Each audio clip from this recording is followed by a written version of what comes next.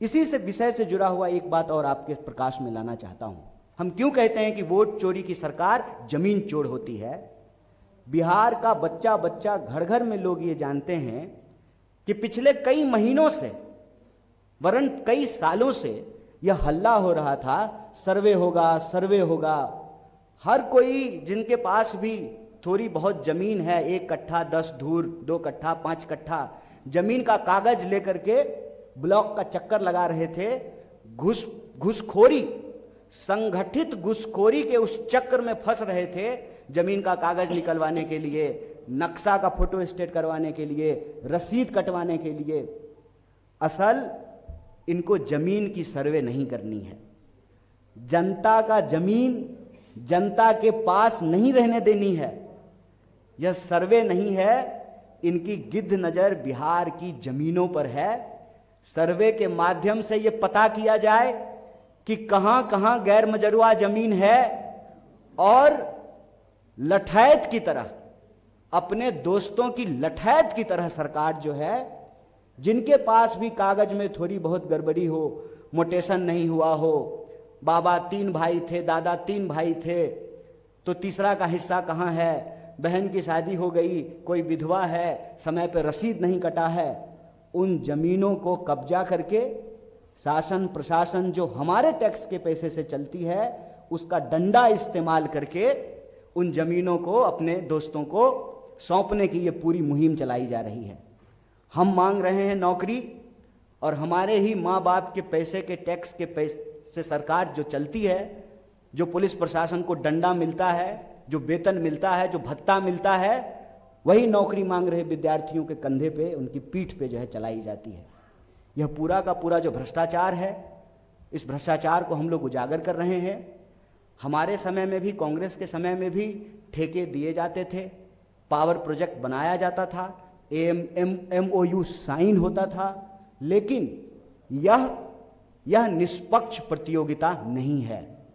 बाकी सारे जो प्रतिभागी हैं, जो टेंडर और लोग भी भर सकते थे, उनका हाथ पांव बांध करके इस तरह की व्यवस्था की जा रही है कि यह टेंडर एक ही व्यक्ति को मिले। अदानी नाम केवलम।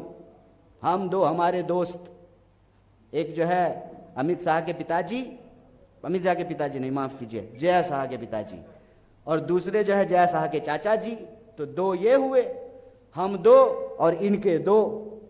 पूरे देश की संपत्ति जो है इनको ये हैंड ओवर कर देना चाहते हैं। तो यह भ्रष्टाचार आपके माध्यम से, यह जो निष्पक्ष प्रतियोगिता नहीं है, जिसका सीधा नुकसान बिहार के लोगों को हो रहा है। 1000 एकड़ जमीन 1 रुपए में।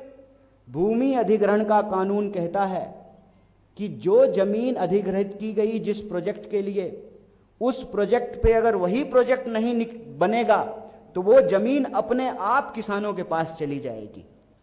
किसानों को वो जमीन नहीं मिली, पुराने रेट पे जमीन अधिग्रहित किया गया।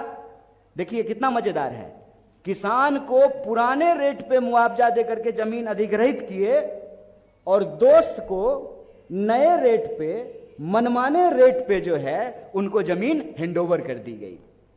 किसान को जमीन मिलेगा पुराने रेट पे, और अदानी जी को प्रति यूनिट फिक्स रेट मिलेगा नए दर पे। जनवरी में जो MOU हो रहा है दूसरे राज्यों में, तो 3.5 रुपए प्रति यूनिट, और बिहार में 6.5 रुपए प्रति यूनिट।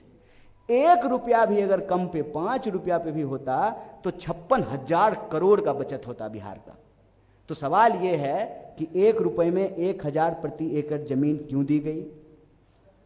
जो 1 लाख करोड़ का बचत है बिहार का, उसको दोस्त की तिजोरी में पहुंचाने का प्रबंध क्यों किया गया?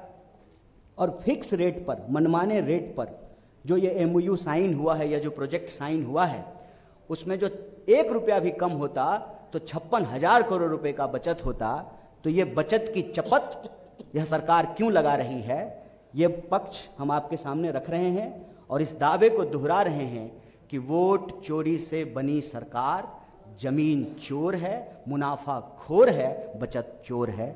बहुत बहुत शुक्रिया, बहुत धन्यवाद।